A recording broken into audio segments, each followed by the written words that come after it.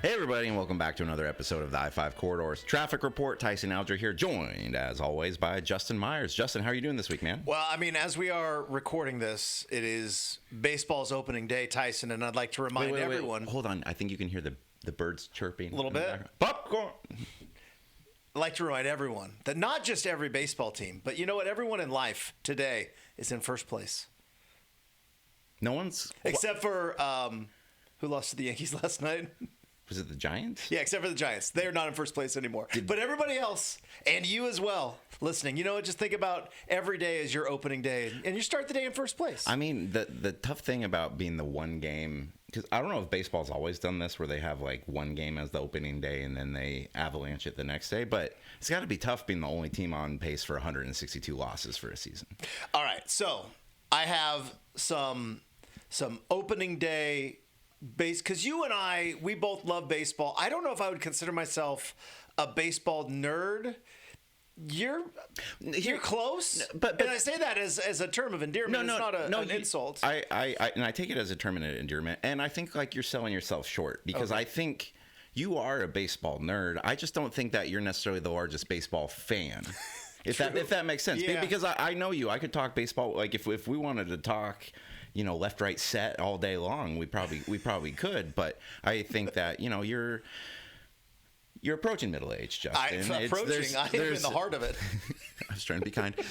There's 162 games a year. We got a long ways to go. I'm a Mariners fan. They haven't even announced, or actually they just announced this morning, like what channel they're going to. Like baseball doesn't make itself the easiest. It really doesn't. To be a full-blooded football level fan of. But you have an appreciation and an understanding for the game that allows us, for instance, when you get here at 9 o'clock and we start podcasting at 9:05 and we ask, what do we want to podcast about? Because basketball's over and spring football doesn't start again until next week.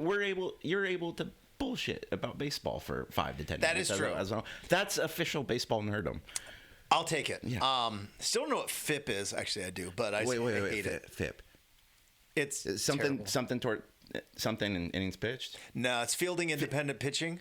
They created a stat to where it doesn't matter who your second baseman is. And the only reason I will always remember FIP... God, I would have loved that during the Jose Lopez years in Seattle. Well, it's funny you mentioned that, because the reason I will always know what FIP is because when I was in Seattle and I was covering the Mariners and I was doing pre- and post-game, and they were terrible. But they had it was the Lloyd McClendon year, right? The last Lloyd McClendon year. And then one bright shining light, which, of course, is Felix Hernandez. Mm-hmm. And Felix, if I'm not mistaken, that year, he led the American League in ERA and WHIP, which is walks and hits per innings pitched. Essentially. And I understand that one. Yeah. Nobody got on base when he pitched. And when they did get on base, they didn't score.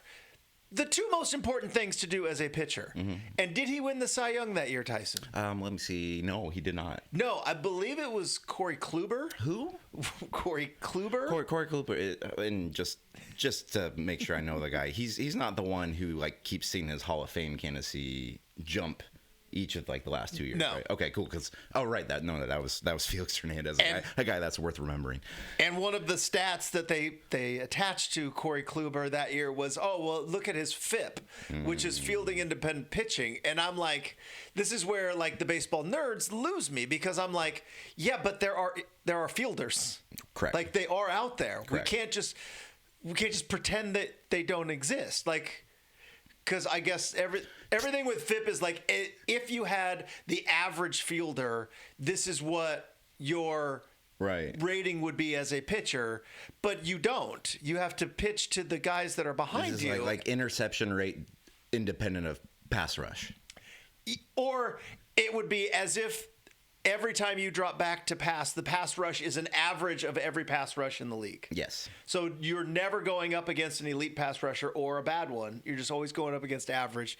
So anyways, this is where the baseball nerds lose me. But these are... What's WARP? Or VORP? WARP or VORP? WAR is... I know what WAR is. Wins against replacement. But I think there's a VORP. I believe this as well. And then there's a... It'll be for our segment where we make up acronym sounds, and you have to tell me if it's a real baseball. This is there's like, WAR, and then there's like a defensive WAR, and there's WRC plus. There's I mean, yeah. Batting average and home runs have always worked, but apparently we just can't do that anymore. And all these other things is like the FIP, it's fielding independent. It's a hypothetical, and that's the same with WRC plus. If I remember, it's like league average.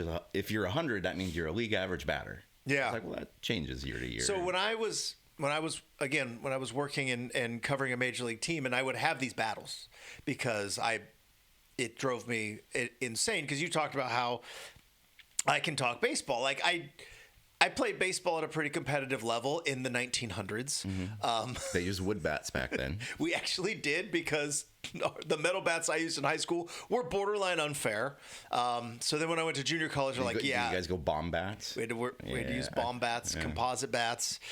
But I would be with these guys, and it was a fun discussion because they would be throwing out like defensive war and all this stuff. And I'm like, okay, but if there's a runner on first and this guy bunts, can you show me where everybody goes on the field? Mm-hmm.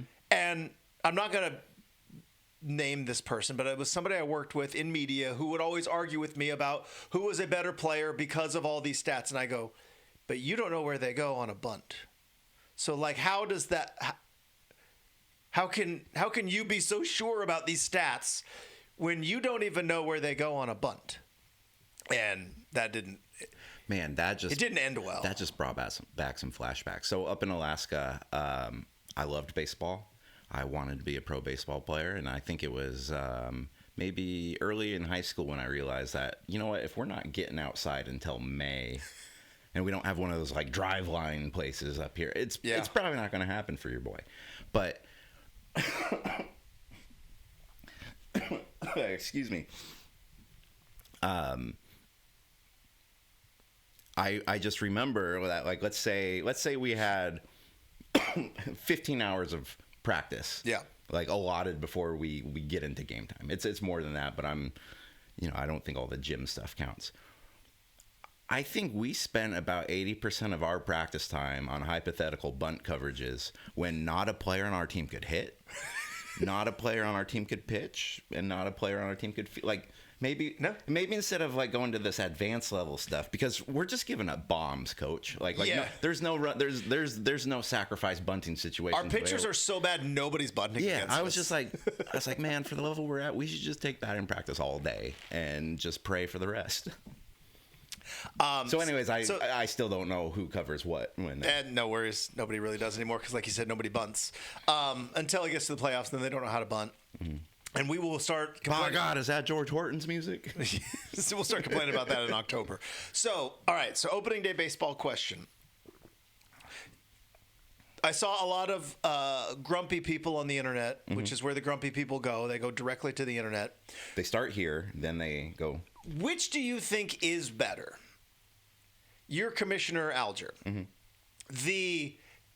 Everybody plays on opening day. You have opening day. Mm-hmm. It is Thursday, the 26th of March.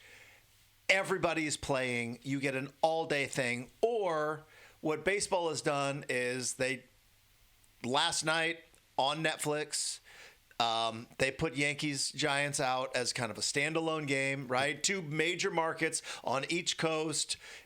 Sellout game. It looked awesome. With like very large baseball traditions, like Bert Kershire doing commentary, mm-hmm. and it being on Netflix. Just when I think baseball, I think load up, boom, and then get the guy who takes his shirt off. So since I can see where you're going, but do you think it's better to like have the standalone game and to kind of get those baseball juices flowing, and then they do half today and today's opening day, but the Braves don't play until tomorrow. So like, to me, opening day is not until tomorrow, which is another day for the Braves to be in first place. I think my thing is, or should everybody be on opening day and we just have like they did in the 20s, where it's just like, where there was like 9 teams, or excuse me, there were like 8 teams, but they all played on opening day. I think baseball's problem is because like I like the theory of having like the one night game and then everyone starts the next day. Like I don't hate that. It's kind of like a little like, all right, here we go. But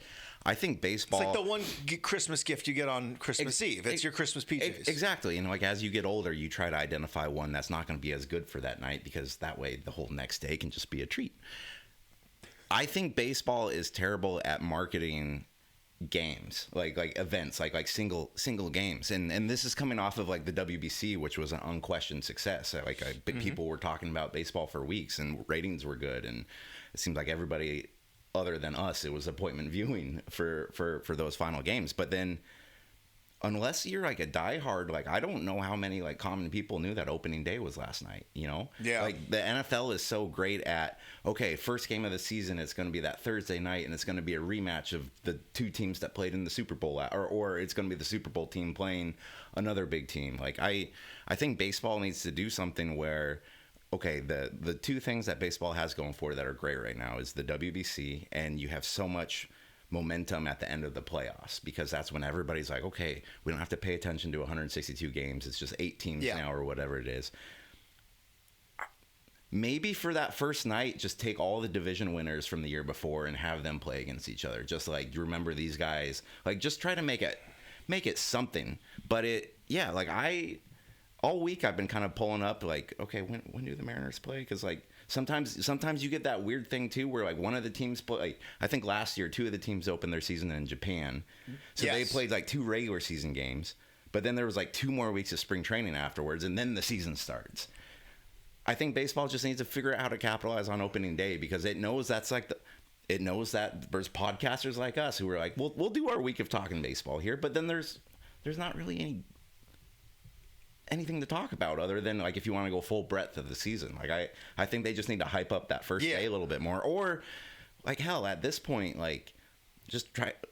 I don't know if I like where I'm going with this, but you know, go there. Like the NBA has started like introducing like it's like NBA Cup things, like or like whatever, to just kind of like, you know, jazz up.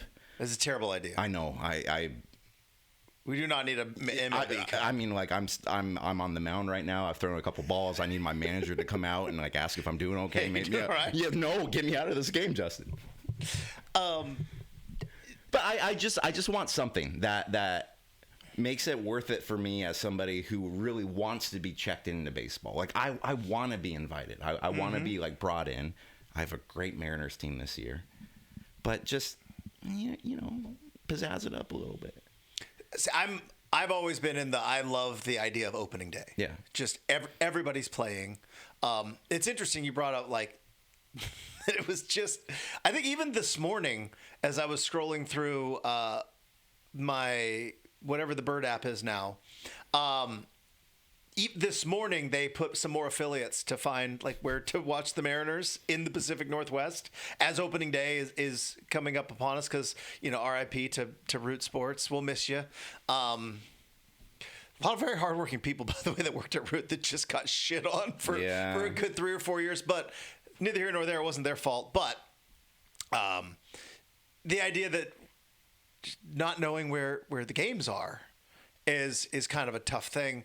But I didn't all you have to do is subscribe to your ESPN yearly service, and then from there you can subscribe to the MLB.TV account, and from there you can subscribe to your anyways, continue. So I remember having this conversation. I'm going to bring up a very bad memory for maybe some of our listeners. But Tyson, do you remember the Pac-12 network? No, I lived just outside of Portland. It's impossible to get it in this part of the country. Even in Portland, you couldn't. But I remember I was name drop coming. I was talking to Brock Heward about this one time. We were having an in-depth discussion. Former Washington Husky. Howard. Yes. Howard. By the way, who has a son who's a very good high school quarterback. Just took a recruiting visit to Oregon. Please, God, let this happen. Wait, didn't he already have a son that was a nephew. Oh, right. So, but we were talking about and the whole Pac-12 network thing, and it wasn't on DirecTV, and it was something I never thought of, and I'm going to land this plane when it comes to baseball and other things with the streaming. He said, you know, every sports bar in America had to then have DirecTV. Because DirecTV has NFL Sunday Ticket. Mm-hmm. You can't have a sports bar without NFL Sunday Ticket. It just doesn't work. You will not make any money during football season. So on Saturdays, when everybody is at, whether it's at an airport bar or a hotel bar or just your regular sports bar down the street, they all had DirecTV. And even if the greatest, most compelling Pac-12 game was on the Pac-12 network, it didn't matter. They couldn't get it because of whatever standoff between the Pac-12 and DirecTV, and they just couldn't make that deal. And it was part of the ruining of the conference. It really was. Like, we could come up with a lot of different reasons why the Pac-12 failed. The Pac-12 network is in the top 5. Maybe top 3. I mean, might be on the podium. You're saying that like the 2016 season opening media day press conference from Larry Scott, where he came out and instead of announcing that they signed with DirecTV, he announced that all of their other sports were going to be able to be accessed in China. You're saying that like that didn't eventually influence Wei Lin into thinking that maybe he'd like to play for Dana Altman someday. You know, I'm too short-sighted. In the Big Ten. You're right. But it was like, oh, that's right. Because when you live in a Pac-12 city, they have to have Pac-12 network. But everywhere else in the country, they all had DirecTV because they had to because of NFL Sunday Ticket. Because of economics. Exactly. So when I see Major League Baseball opening night on Netflix, I kind of think of the same thing. Like, I realize that I probably go to sports bars more than most. I love a good sports bar. We could, trust me, I can't wait for the sports bar spectacular where we get to talk about, what are the staple foods that have to be there and what are the problems. Like, that's going to happen. But we got other stuff to talk about today. But how many sports bars across America with their manager who hates changing the TV? That's another thing, by the way. What is it with sports bar managers? They hate changing the TV. You work at a sports bar. It's a power thing. It really is. Let one person, I don't even know. I don't know how to. You let one person tell you how to use your remote. That's a very good point. So can we change it? Yeah, that TV doesn't change. If it doesn't change? You found the one TV. You bought that one at Costco and said that one doesn't change? If you're hosting people at your house for a sporting event, is your remote accessible for anybody other than you? No. Yeah. No. Yeah. And now you understand. Except for you don't own that sports bar. You're just the manager. And you could easily go and change it to a very good ACC game that's going on. And we could. Would you consider yourself the owner of your house or the manager of your house? And neither. Yeah. Neither. Yeah. But I'm wondering, like, in New York and San Francisco and probably other like Thursday night happy hour crowd, how many people like actually got to watch baseball's opening night on Netflix, like at a sports bar? Like, do sports bars have Netflix? Yeah. And if they did they put it on and just be like, Gilmore Girls? Sure. Yeah, right. or the game ends, and do they just let it go into the next program? Like, all of a sudden, Drive to Survive's on. There we go. I will say, so, speaking of Drive to Survive, I'm an F1 fan. The season just started up 2 weeks ago, and they just transitioned their coverage from, they used to be on ESPN. And I loved the coverage because F1 has a ton of money, and they just got Mercedes to pony up and paid for 2 straight hours of no commercial interruptions. Mm-hmm. You get to watch the whole race. That's a harder deal to swing with some other networks, and F1 wasn't able to. Basically, F1 and ESPN didn't come to agreement this year, so F1 took its product to Apple, which is something that we discussed a lot during the Pac-12 potential switchover of, is it time for college sports to go exclusively to streaming, especially something like Apple that doesn't have like a reputation in sports? Now, in the couple years since then, like Netflix has started doing more sports. Apple does some more sports. But I have been watching like the last 3 weeks of F1 on Apple, and I've absolutely loved it. Like, I think they've knocked it out of the park. Like, the production value is insanely good. It's still uncommercial interrupted, and there's some like cool tech things in there where you can stream through the app and pick whatever driver you want to watch and just watch their fixed camera the whole race. Like, there's cool aspects to it, and I don't mind at all that I have to go to Apple for it. But there's only one race a week, Justin. It's only on Saturdays. It's either late at night Saturday or the butt crack of dawn Sunday morning. Like there's no reason for me to ever have to think about changing channels. Exactly, and all the drivers are there. Exactly, they're all in one spot. There's no scoreboard watching across, and so like I don't hate that some of these other companies are going into sports, but I don't know if baseball is necessarily like. Apple tried that with baseball too. Didn't they have their Sunday night baseball or Saturday night? And it really ticked a lot of people off. Yeah. Because you would have baseball is regionalized. As much as we all hated Root, if you were a Mariner fan, you had to have it. Yeah. And nobody else cared about it. Nobody else in the entire world cared about Root sports, but you as a Mariner fan, you had to have it. And I think kind of kept Comcast in business for a whole lot longer than maybe if they didn't. But then so I think one of the problems that they had was you were overpaying for your cable because you had to have the Mariners. And then now on a Friday night, I got to now also pay Apple TV. Mm-hmm. Now, I love the morning show, so I have Apple TV. Also Ted Lasso. Are you still like deep? Because like I stopped after the first season. I thought it was a nice little wrap up. Oh, it's still going strong. Okay. There's a lot of stuff going on. And Jennifer still got her fastball. Awesome. Yep. Beautiful. As we're doing baseball analogy, yeah. But I could see where you're just like, look, you made an accurate thank you observation that yes, I am of middle age. I am the middle-aged sports fan. It's all right. I've embraced it. It's the best. I think there's more of us than there are of the youth who like watching sports, and I think there's just something comforting about just I know where the game's on. And we are now in a weird transition where I don't know where the games are. Yeah. And we had a guide, and then the cable companies got greedy, and then the guide came.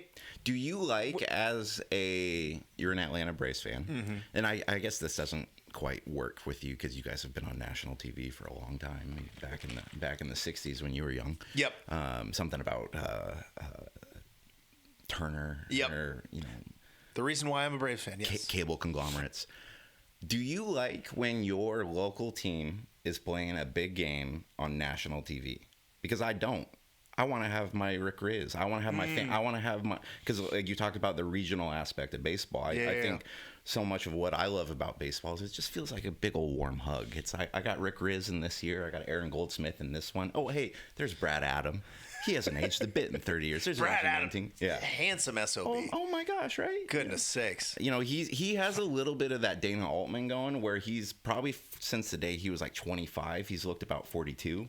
And like he's been able to maintain that well past the stage of but yeah, like that was one thing that was interesting for me last year in seeing the Mariners actually in the playoffs for once is all of a sudden you're like, these aren't the voices that I'm used to. These aren't my shepherds of the team doing the broadcast because it's such a. I feel like you don't have that in the NFL because you're used to the national NFL, or like the Fox broadcasts of there's Tom Brady. And same thing with college football too. Correct. Like I mean, obviously, if you like want to flip on the radio, which I highly encourage people to still do, still a good format, and you get to hear Jerry Allen's voice, which was kind of And they still, obviously, I love that when they do the videos, they still put Jerry's call in there.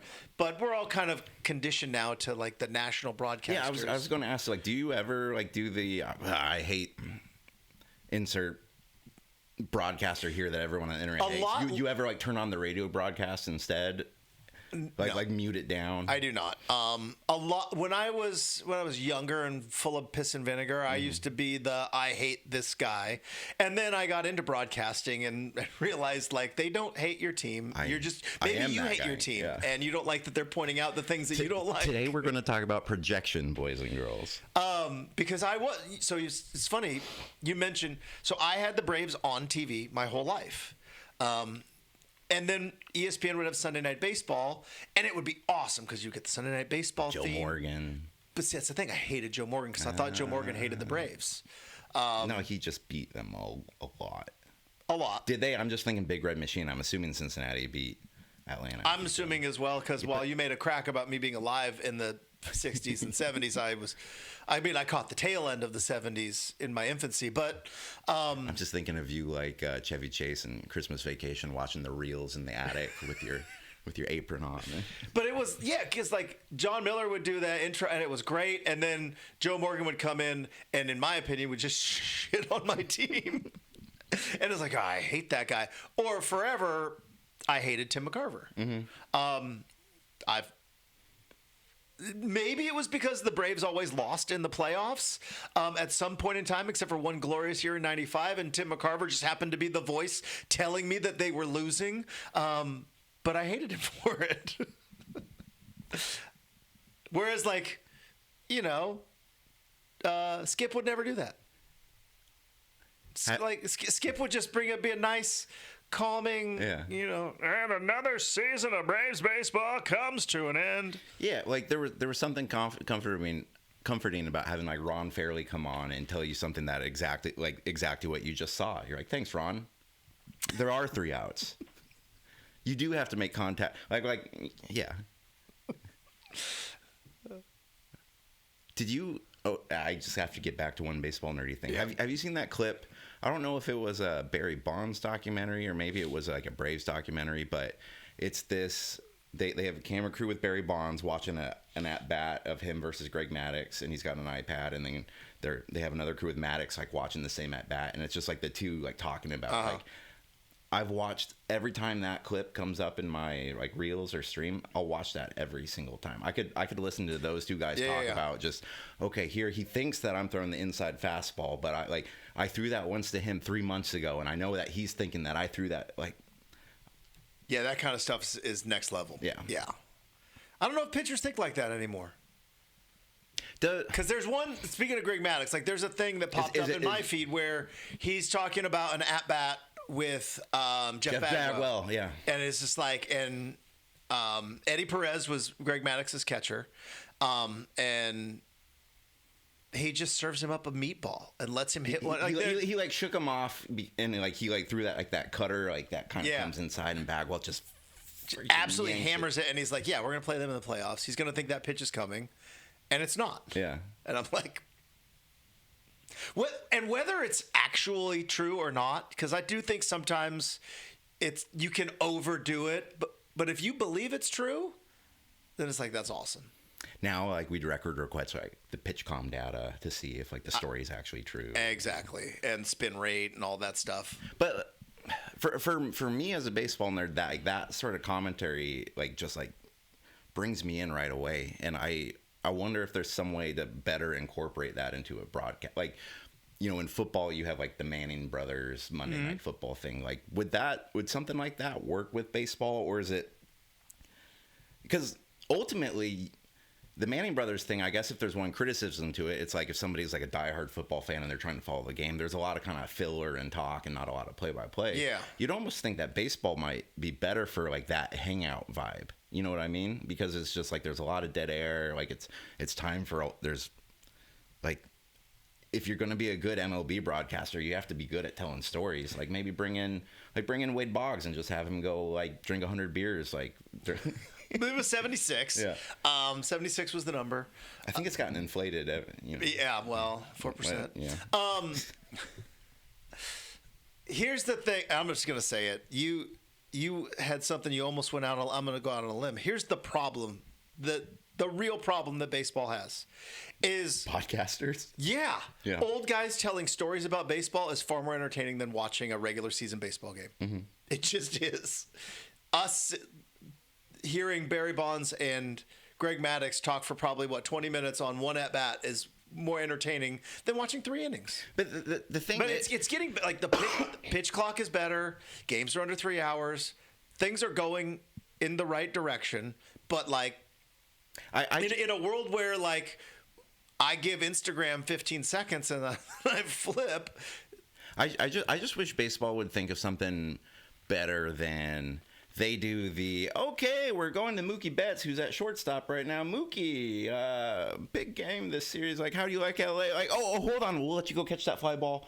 Like, I don't get anything out of those. Like in game, you got like maybe it's in the All-Star game. You got the outfielder with a piece in his ear. Like, I don't need that, and I've never needed in-game coach interviews, no matter the sport. I don't need Mario Cristobal coming off at halftime looking like he's going to pop Joey McMurray's head off of his neck. Shout out Joey.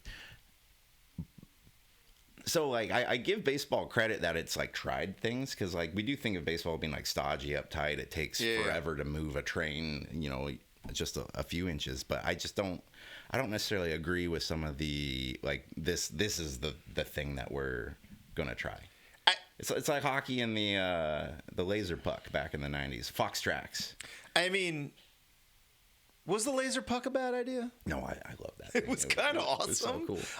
It actually had like a chip in there. It wasn't just like some graphic they were put on there. Like anytime it would accelerate above X amount of miles an hour, you'd get the little flame. All right. Was really disappointed when I started playing hockey and that flame wasn't. It's kind of like you watch football your whole life, then all of a sudden you don't see the first down line on the. Okay, so let's talk about this real quick. And let's. Which, by the way, we're 32 minutes in, all on baseball. Happy opening day to you, Justin. We did it. First place, both of us. Yeah. Shout out Michael Chase. He's a listener of ours, and anytime we do talk about baseball, he's like, "You guys should talk more about baseball." So this is actually, we're not sending this out to anybody else other than you. So okay, so here's my. All right, I don't think baseball is broken. I think it's perfectly fine. Mm-hmm. Things that could make it better that are not interviewing the left fielder in the middle of the game. So I also watch golf. I watch golf a lot. The thing that has made golf so much better to watch is that now in real time, you get the tracking of the golf ball. Like as they hit it off the tee, you see the little thing, whatever that's top tracer or whatever it is. Something slight. Yeah. But you see like, cause forever, they would hit the ball, and then you would see it in the air, which is amazing camera work, by the way. And then you would get to see where it would fall down, and you're like, oh, that was a good shot. Oh, that was a bad. Now it's like off of the drive, instantly you see the tracking of the ball. Let's do that. How long can we do that? Like as contact is made, can we just get like a tracking of the ball in real time? They've got to be able to do it. How many baseball games do you have to watch a season before you think you get the angle patterns of, okay, so like when Barry Bonds is up there and he just yanks a home run in McCovey Cove, any good hard hit pulled ball, you can kind of go like, okay, that's gone from like the behind the pitcher angle. Home runs dead center, a little harder to tell, and if they're going oppo, you have to wait till that second camera. Yeah. So at the start of the year, there's a lot of stand up like, and then it's just like a pop out to center. Like how long until you feel like that you can watch baseball in public? I mean, I probably July. Yeah, I think so. Before that was when watching baseball,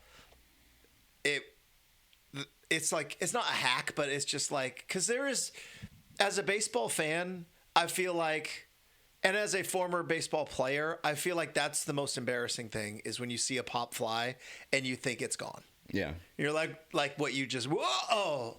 So I've always just, you just watch the outfielder. Watch the outfielder. They'll tell you exactly where it's going to go. One of my biggest fears when I was younger was Ken Griffey Jr. is my favorite baseball player. And when he would hit a home run, you would know if it was a home run because he goes right into his, it's swing, drop the bat, pose, walk.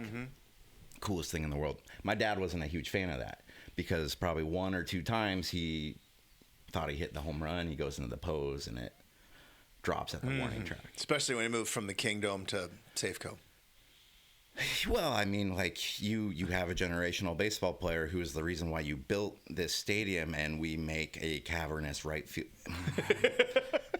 And anyways, I was always just I would start holding my breath whenever Griffey would go into the thing because I didn't ever want him to not hit a home run when me and my dad were watching because I wanted my dad to think that Ken Griffey Jr. played the game the right way. No, he knows it's out. Like he's conserving energy. There's no point in running anyways because it's either going to be a fly ball or it's going to be gone. It's fine. All right, moving on. Yeah. Moving on. This is something I did want to discuss because we are in the middle of spring practice. How many times have you been down? A handful? You were at the beginning? Well, they had 2 the first week, and then they took 2 weeks off for finals. So, Gotcha. They still go to class? Allegedly. They're making, what, $2 million a year? Okay. That quarterback room's alone worth about $7 million right there, and we're still going to class? Hopefully it's economics. I was going to say... Personal finance. I have to be honest with something, and this is something that I probably should be abreast on, because I don't know if you know, but I'm a reporter who covers college football. I don't know how school works anymore for these guys, because especially when you get, we're coming out of kind of like the crazy COVID era where you would get 7th and 8th year guys, but like I just never quite understood. I'm not sure how school works either. Like, okay, so you did graduate a long time ago already, or it gets even weirder when you get into like basketball, who like the basketball teams were playing Big Ten road games on like Monday nights. How? Yeah. I mean, I guess it could just be like, journalism school. I learned everything that I needed to know working for the school newspaper, which was independent of class. They're getting their MD in ball. So they took 2 weeks off for finals, which again, I didn't. Good for them. Yeah. Hopefully they're putting that education to good use. It's a week to study for finals. Gotcha. Hopefully they're putting that education to good use. And as Oregon does, they're putting out videos again. In pro wrestling, they call it being a mark. It's essentially like, oh yeah, no matter what, they'll eat this up. When it comes to Oregon football content, I am a mark. I eat it all up. Every time. I watch all the videos. I love them. I don't care. Isn't this great? Because we talked about this right after the Peach Bowl. We're just like, boy, the fan base feels down. It's a second year in a row. And I was like, just you wait, Justin. They're going to get a couple recruits. Then all of a sudden, spring football is going to roll around. As they have done. Then all of a sudden, the videos are going to start rolling around. And they are out. You know what? You know who won the offseason, Justin? Oregon did. Here we go. I've heard they've won the offseason. Yeah. I don't know if we're putting up a banner, but... Not in Matthew Knight. Definitely not, but maybe the brand new space station they're building. Dude, it's coming along. Is it coming along? It's that thing's gonna open, and in like a year or two, people are gonna be like, "Why aren't we playing our games in there?" And then comes the Autzen remodel, because boom, there it is. Because that thing's gonna look like a freaking spaceship. So they have put out a spring practice video. They're doing Meet the Squad, and the first video was quarterbacks, and it was because again, like we talked about after the Peach Bowl is very sad. And I went to the dark, like college football is stupid. I don't know why I even like this anymore. And I don't want to say I've forgotten, because clearly I haven't forgotten, but it wasn't top of mind. Like, oh yeah, Dylan Raiola plays for the Ducks now. And it was a nice little reminder. I was like, oh yeah, one of the biggest recruits from 2 years ago and didn't work out. He's now here as a backup. That's pretty cool. So it was fun to see like Oregon's backup quarterbacks, because Keely Smith is gigantic. Keely Smith Jr., I should say. Keely Smith is gigantic, but Keely Smith Jr. He's a very big boy. Very, very large and imposing. Throws the football a country mile, as Keith Jackson used to say. A country mile. And that was good. Oh, I know. It's other than, like, I feel horrible for Keith Jackson's family when he passed on, but also, like, every year it goes by, I'm like, my impression of Keith Jackson becomes less relevant. It's like all those people that do Lou Holtz impressions, right? It's just going to go away. Sorry. Man, the day Dick Van Dyke passes, there goes my party repertoire. So I'm watching, it's like, oh, that's right, Dylan Raiola's there. And so they had this whole thing. Dylan Raiola, Tyson is going to be wearing number 8. Fairly significant number. Hold on a second. With regard to Oregon football. Reggie Daniels' number? Yes. The defensive back from the 2014 national championship? Yes. And a couple of other guys. Yeah. But Dylan Raiola apparently spent part of his childhood in Hawaii. And out of nowhere, apparently number 8 is now the Hawaiian quarterback number. Which is, I mean, kind of cool. But then in the video, he said, yeah, I reached out to Dylan Gabriel to ask him, and then also to ask him for Marcus's number, which I really like the fact that You have to like text chain your way. you have to like go through a gatekeeper to get Marcus's number. But like Gabriel's got to love that. he probably does, but like did Dylan Raiola really need to ask Dylan Gabriel about wearing number 8? Like I get that Gabriel asked Marcus. Is it just like you now have to ask? If you're asking somebody who already had to ask for it, I think you can bypass the middleman there. Yeah, I was just wondering. Or do you think maybe Because what if Marcus approves of somebody but it never gets to him? Okay, so Gabriel's the gatekeeper. I don't know any of the parties involved. I interviewed Marcus a bunch of times when I was in Eugene. He is Nice. Yeah. No big deal. Yeah. An absolute gem of a human being. Just wonderful. I interviewed Dylan Gabriel once. Seemed perfectly nice. Yeah. Do you think that Dylan Raiola had to like pretend to ask Dylan Gabriel for permission so that he could just get Marcus's number? Hey, just want to know what you think about me wearing number 8. And I know you talked to Marcus. Do you know his number, by the way? Like, was it an actual ask, or was it like a performative thing just to be able to get Marcus's number? Or does Dylan Raiola have any idea like how? I know, look, Marcus won a Heisman Trophy here. The whole like part of the building's named after him. But like, do you know what he means to the people here? Or could you possibly know, as that was 12 years ago? Don't. It was 12 years ago. Don't. Like he finished 12 years ago. Yeah. So he started 14 years ago. I think I'd be frustrated about this whole thing if I was Marcus, because at this point, good news is he doesn't get frustrated. Right, but he's got people to do it for him. Yeah. Because at this point, it's like, okay, Oregon obviously isn't going to retire this jersey number. That's not what Oregon does. There's just far too many football players. There's not enough quarterback numbers out there. You can't just start ticking them off now if you haven't done it already. So I think for Marcus, it was fine getting like the Dylan Gabriel call because he's kind of like the first one. And obviously Dylan Gabriel was really good. He finished 3rd in the Heisman. He had the Hawaii connections. But also, there's, again, Marcus doesn't feel these things, but I feel these things for him. I imagine there was like a little part of Marcus that's just like, this is my thing. You're coming in here for 1 year. Like, I can't. If you're Marcus, you can't say no. You've already said yes once. Yeah. And so now it's okay. Like, all right, Gabriel had a good year. He wore the 8 well. It's still Marcus's number, but it's Gabriel gets a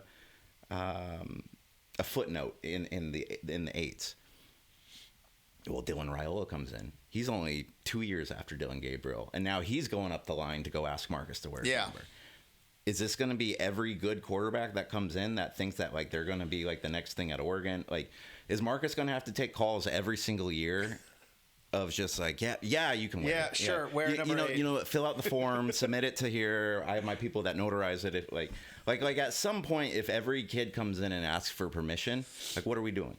So, because I think there's always two options, right, when it comes to an all-time great player. And it's interesting because this was brought up a couple of weeks ago. Matt Leinart won the Heisman Trophy at USC. At USC, if you win the Heisman Trophy, no matter what you do after, your jersey is retired. That's why nobody wears 32. Google it, kids.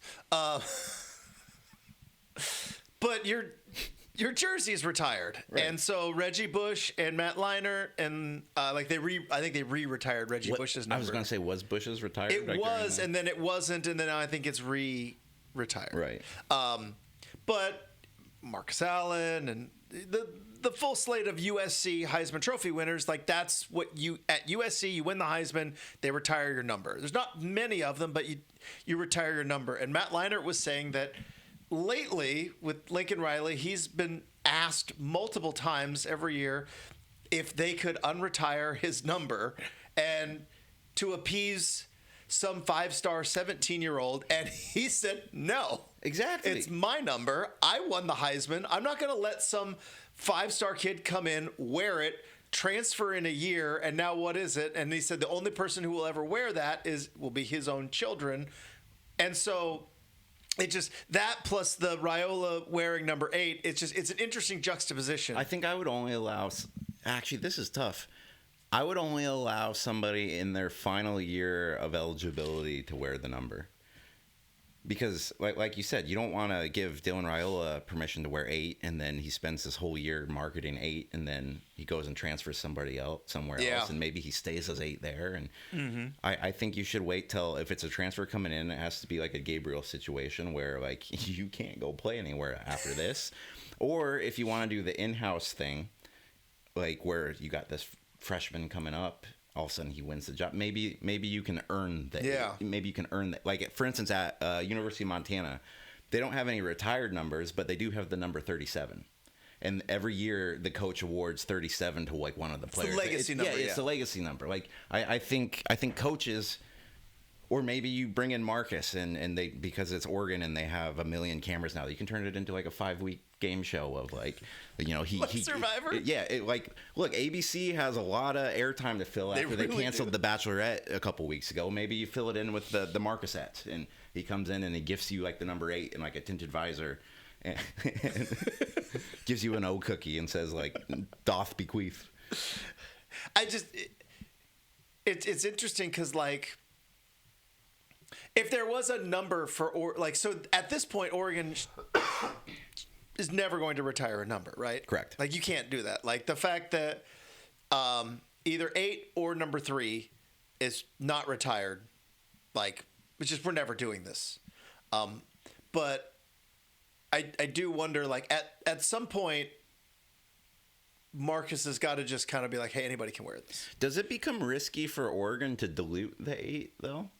Because, like, let's say Dylan Raiola comes in next year, wins them a national title. Mm-hmm. Everyone's wearing number 8 Dylan Raiola jerseys. All of a sudden, Marcus Mariota's just kind of a footprint over here. Wouldn't it not be better for the school to have, like, all right, we just set a standard with number 13. We can sell a shit ton of number 13 jerseys and keep Marcus's. I mean, I have a hunch Oregon's not going to have a problem selling jerseys. Mm-hmm. I've always been pretty good at that. Are they known for? Yeah, they're pretty known for. I think we'll be all right. I mean, they only have like 1 or 2 to sell, but it was interesting though that, like, it's like what are the criteria now to wear number 8? Like, do you clearly either because Dylan Gabriel wasn't so many Dylans. There's so many Dylans.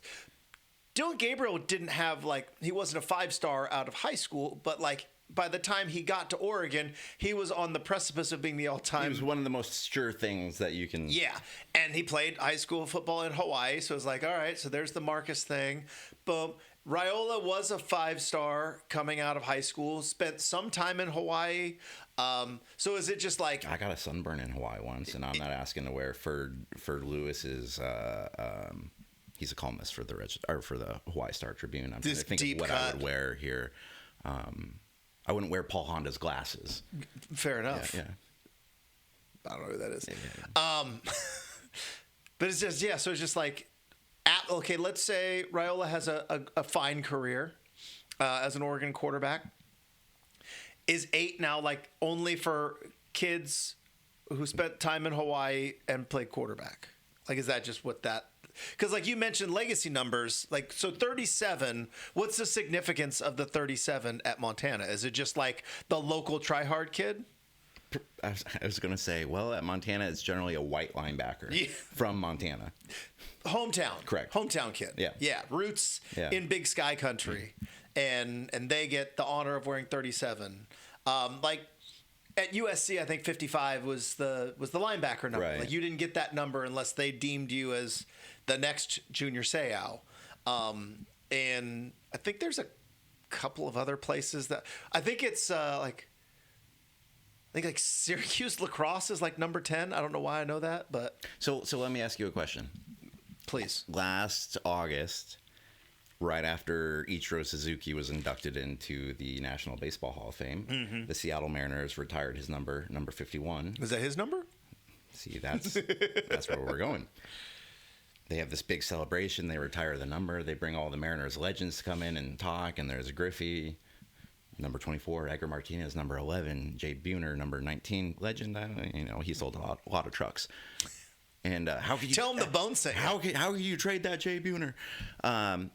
But then there was also Randy Johnson, and Randy Johnson, I believe, wore number 51. Boom. Which is what they were retiring up on the wall. And now I don't feel bad for Randy Johnson, because when he got to decide what Hall of Fame cap to wear, he wore the one with the A on it and the snake. So I don't think he can get too picky here, but the Mariners went out of their way to be like, okay, now this summer we're going to retire Randy Johnson's number 51.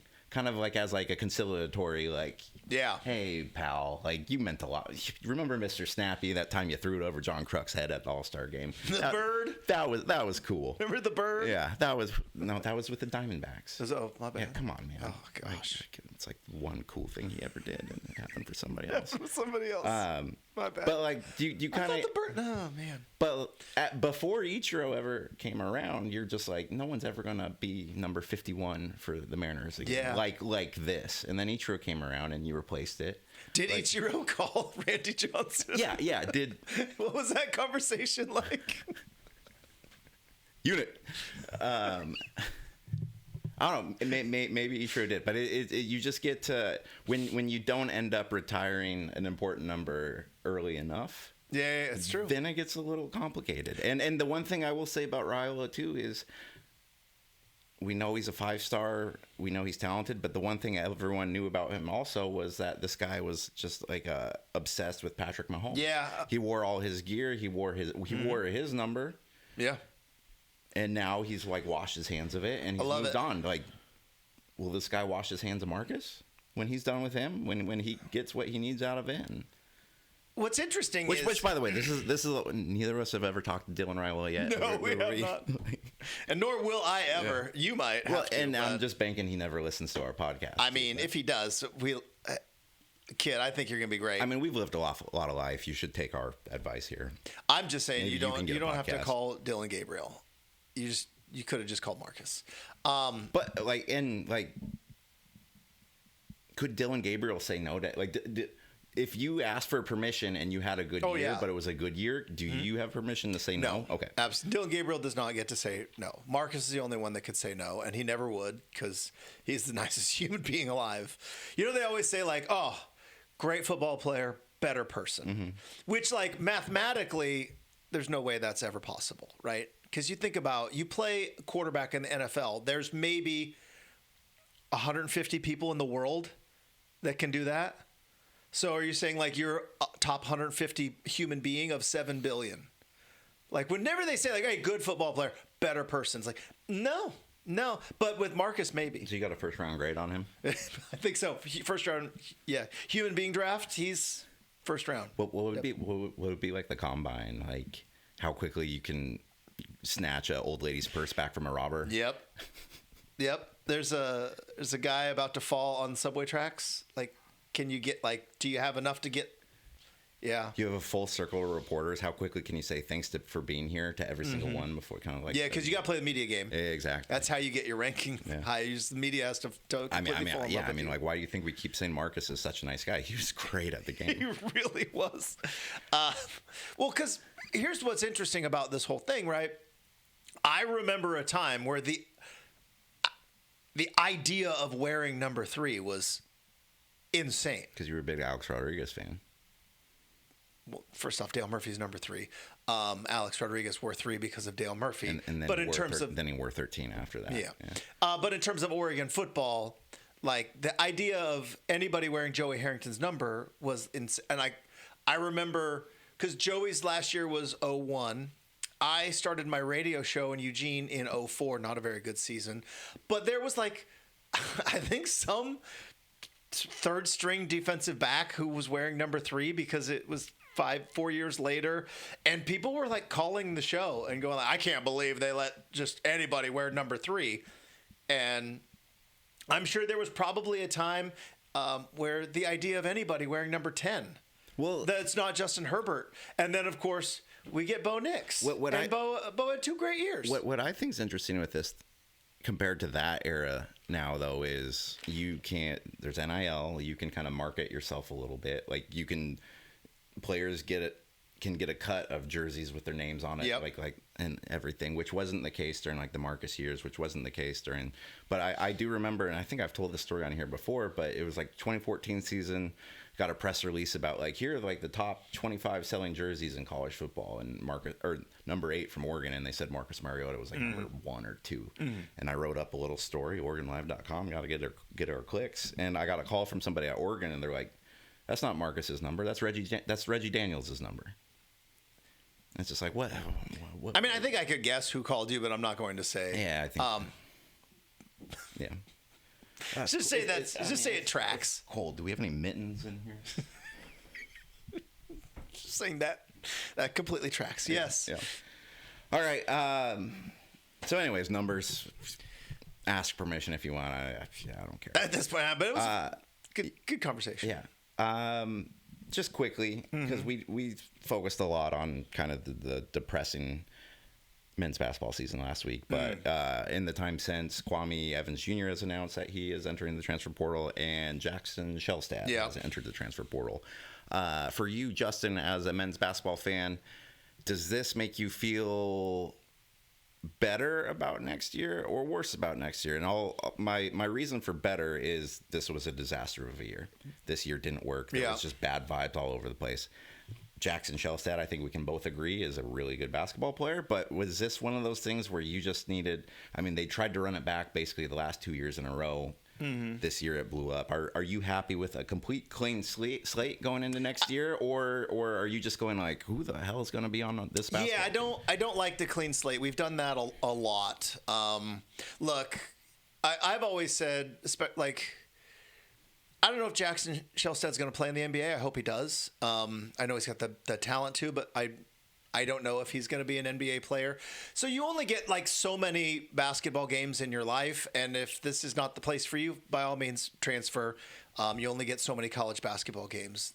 It stinks though, because like I love like the redemption story. We kind of saw that with Peyton Pritchard, right? Remember the sophomore year wasn't good. Was like freshman year, Final Four, then sophomore year, infighting problem, and the first half of junior year wasn't that great either, and then like a switch flipped for him around February, and then you got that senior year. This is my city. Unfortunately, didn't get to finish the season, but they were like staring down a 2 seed, and you got like, and I think Peyton Pritchard's Oregon legacy was made coming back from, like, he could have left. I wish it would be different, but yeah, that's where it's a bummer. Where it's like I like to see like the local players, even if they have a little bit of a struggle, to kind of get that redemption arc. And like, we kind of saw it a little bit with like Freddie Jones. Like when Freddie Jones was at Oregon, and like he had some struggles freshman and sophomore, and then by the time these 2 kids named Luke came around, and then Freddie Jones all of a sudden was this great player, and his legacy at Oregon was cemented forever. Aaron Brooks kind of feels the same way, right? Aaron Brooks, freshman year, got mad, punched the stanchion at UCLA, broke his hand. Another struggle as sophomore, and then kind of by the end was one of the best players in the conference, took Oregon to the Elite Eight. Aaron Brooks' legacy stamped forever. Unfortunately, Shelstad's just not going to have that story. Yeah. And that's where it's like, and you probably understand this, like they always say, like, root for the story, right? Sometimes like you can kind of manifest the story and you see what it is, and then it doesn't happen. You're like, oh, damn it. Yeah. It was right there. I had it. But wish him the best. Yeah. But it just, and maybe you're right. Maybe it just didn't work. Maybe it's just a time for a fresh start. And it's like, we're sitting here talking about Bo Nix and Dylan Raiola, but I can't be right. Well, I mean, I can be a hypocrite. I'm a sports fan, for crying out loud. I mean, I don't like the clean slate. I like the idea of coming back and finishing out strong, but maybe that's just not in the cards. I think just like the tough thing for this Oregon team is we've just seen a series of years where Altman doesn't really feel like he knows his roster until January, February or so. And that's, even with this year's team, that's when you still have like a Nate Biddle that he knows pretty well. And, he talks so fondly about Biddle and his drive and like wanting to get back out there from injuries. And, that's Altman. College basketball coach's word of the year is adversity, by the way. I saw that in so many damn halftime locker room speeches during this NCAA tournament going on. Like Rick Pitino, it's like giving like a hell of a halftime speech. But like Altman like wants those guys that he's seen go through adversity, or he wants to be able to be there along the ride as they're going through it. And now you have this, what I think is a make or break season for them coming up, where he isn't going to know the mental makeup of any of his guys, other than maybe the one or two guys who come back from last year's team who weren't the main guys anyways. So it's you're putting a lot of faith not only in like their ability to like bring in like a wholesale new roster, but then also like having a coach who usually takes a long time to figure out said roster. And you're also seeing kind of a trend in college basketball right now, like you're seeing it in March Madness with the NIL stuff. Not necessarily the fourth year senior, but the one and dones are becoming less important and more of like having a good second or third year guy who maybe holds off on the NBA because you got the NIL. And I don't know if the play is redoing the roster again, but we'll see. Yeah, so that's tough. I was in Austin last week for the women's tournament. Got to see them beat Virginia Tech, and then they played a Texas team that, holy cow. So we had better seats for this. We were courtside. We weren't up in the nosebleeds. And after Oregon beat Virginia Tech, which was like a fine basketball game, Texas came out to warm up, and you're just looking at these girls, and it's like Oregon center was 6 feet tall. Ahisa Tute is 6 feet tall. Texas's point guards were 6'1" and taller. Boom. It was just, you had 6'1" guards, you had 6'7" forwards, and Oregon just got completely blown out. It was kind of expected. I think the spread going into the game was like 27.5 points. So this wasn't like, oh my God, like what's wrong with Oregon's program? But just, I think both Oregon programs are faced with a challenge of, one of the things Kelly Graves was talking about afterwards is like, we just need some of those players. But then he's also talking about, he's like, I don't know if we have the money to afford to keep all of our current good players. Yeah. So you're stuck between those two things of like, you might not be able to keep everybody from your roster, while at the same time, you're not going to be able to go get, this Madison Booker girl who dropped like 40 points. I think it was Madison. I apologize if it wasn't. But do you think some of the Oregon coaches are just like, well, the football team just win that damn national title so we can spend some of this money? They've got to be thinking that, right? 100%. 100%. Will they just win the bleeping national title so that we can finally maybe spread the wealth around the rest of the athletic department? I mean, maybe that's part of Altman's thing is like he's not trying to necessarily build a roster that makes the NCAA tournament. He's trying to build like the perfect roster that like if everything goes right, like maybe we can actually like win the thing. But there's like a 99% chance of you not nailing that perfect formula right out of the gate. I just think it's tough. Like I do think, especially on the men's side, they have made some mistakes as a staff that have like limited them.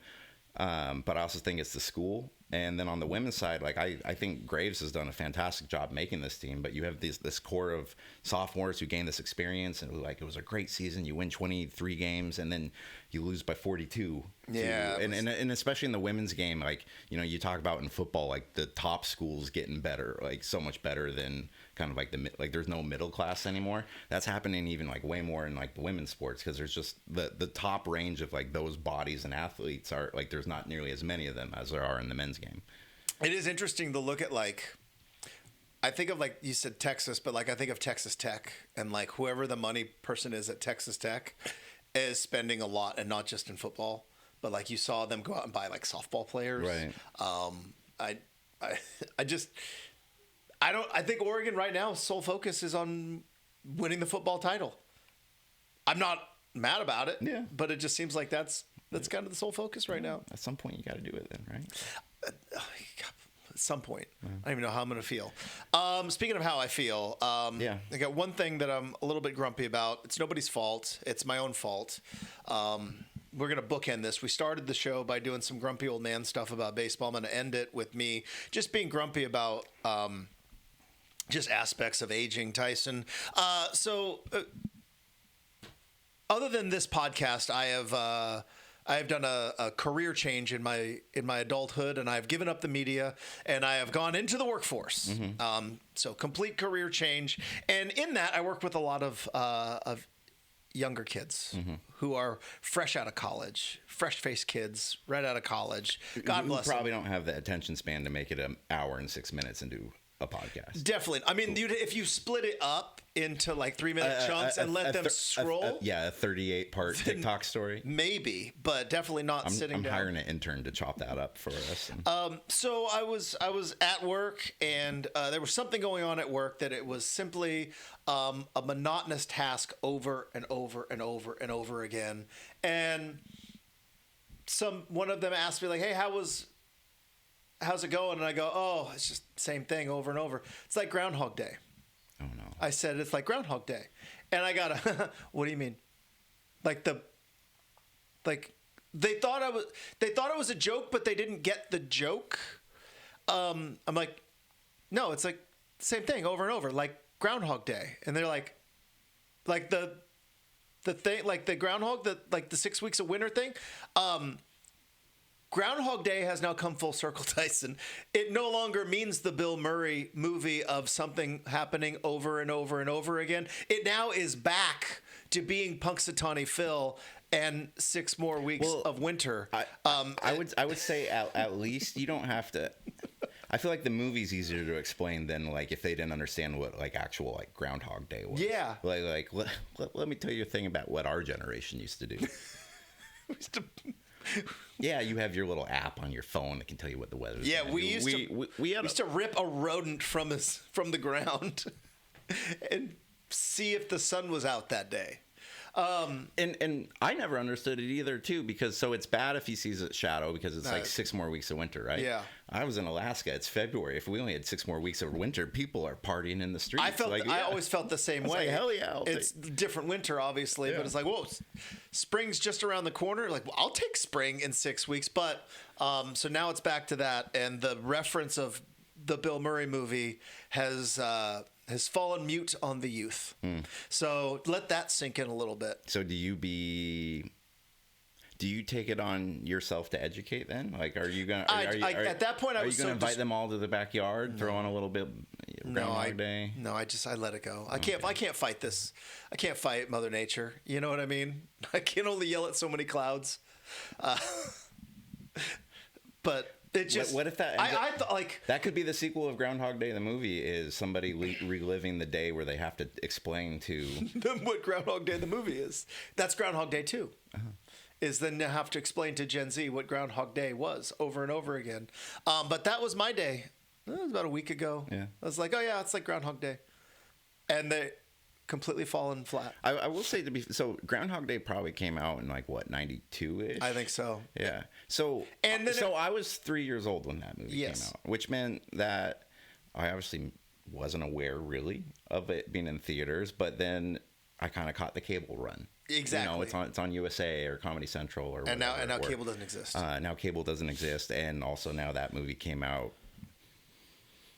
33 years ago. You were.